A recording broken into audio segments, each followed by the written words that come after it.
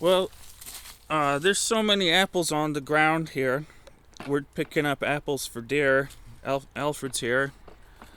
Um, and I had this idea how cool it would be to, like, if I put like a home plate here, you could have like pro pitchers maybe someday pitch apples, and you could have the first annual apple crack, and have a baseball bat, and people come and pick up an apple and just crack it out here with the baseball bat, you know.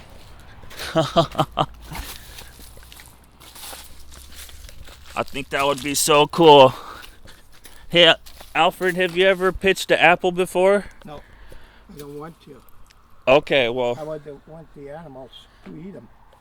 Well, yeah. Anyway. Just imagine, you know, come out here, crack one. First annual apple crack.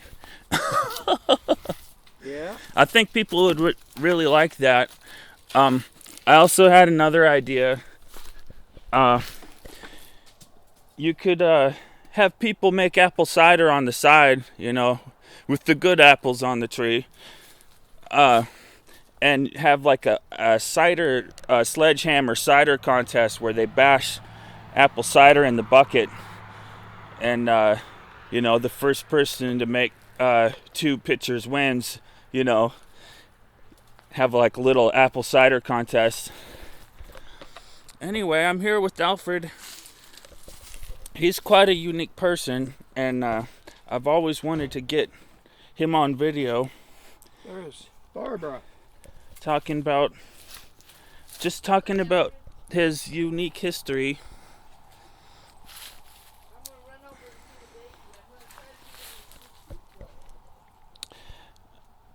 Anyway, Alfred here was in World War II, and I lived through World War II. yeah, he's been through World War II, and he's a German who came to the American side, which is really unique, and I don't think that's happened very often. You know, you don't hear about that. And he became a medic. I don't know if I can really tell the story like you though, Alfred, you know. Well, I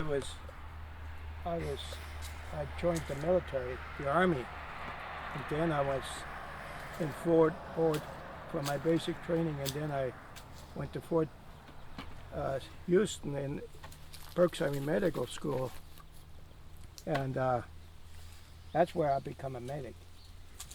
And I was sent back to Germany with the U.S. Army in 1962, and at the height of the World War III, actually, or almost World War III. So anyway, that's where, and I got married over there, German girl. I had 4 kids born in the U.S. Army hospital, and I came back in 1981, in the fall of 1981, to live here in the Northwest, which is very beautiful.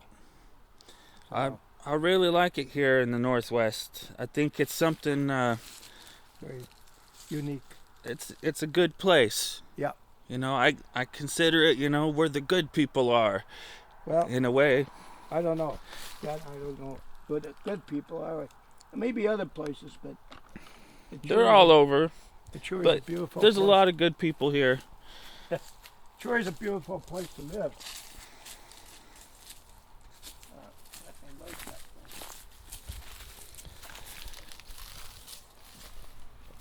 Well,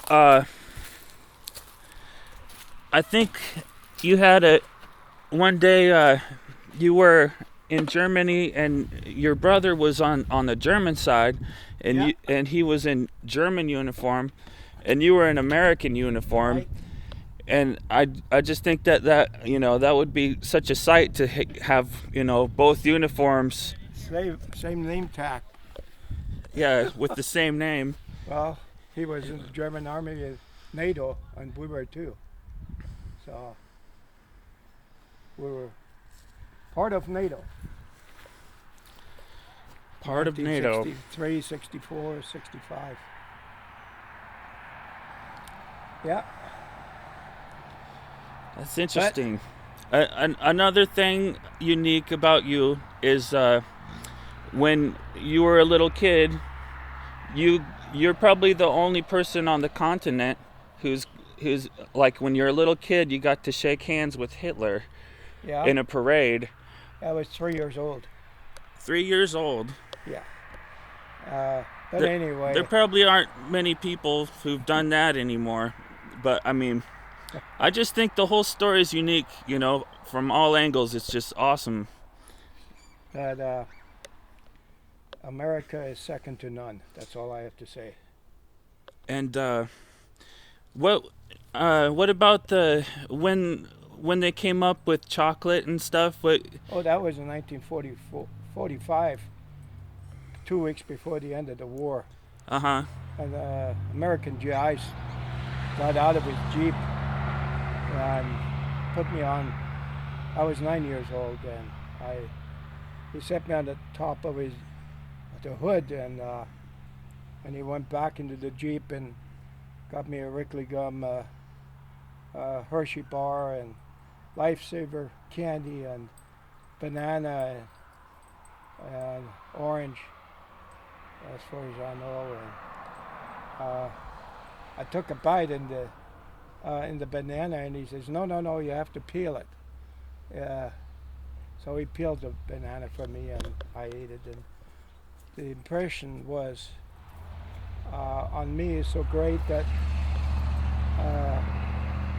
the American, which was the enemy because I was German, was treating me so well, and I decided someday I'm going to go to the U.S., wherever those people live, and I had no idea where it was. And 10 years later, after finishing my school and made some money, I tried to get into the U.S. They wouldn't let me in. I didn't have enough money. I didn't have any relatives, nobody to sponsor me. So I went to Canada instead and became a Canadian citizen. And as soon as I had that, I applied for my green card to come to the U.S. In 1962, in January, I came to the U.S. And basically, that's my home ever since. Wow, that's just awesome. It's a wild story. Yeah. It's. I mean, Now I'm the commander. there's all kinds of people. I'm the commander of American Legion, which is a veteran organization, the largest in the world. I'm the local commander of our post right now.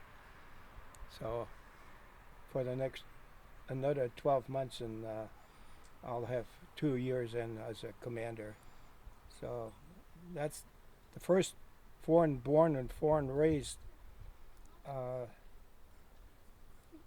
commander ever on this post. So something different. I just, what a good old guy, Yeah, that's the way it is. He's a good old guy. That's I had to get him on camera.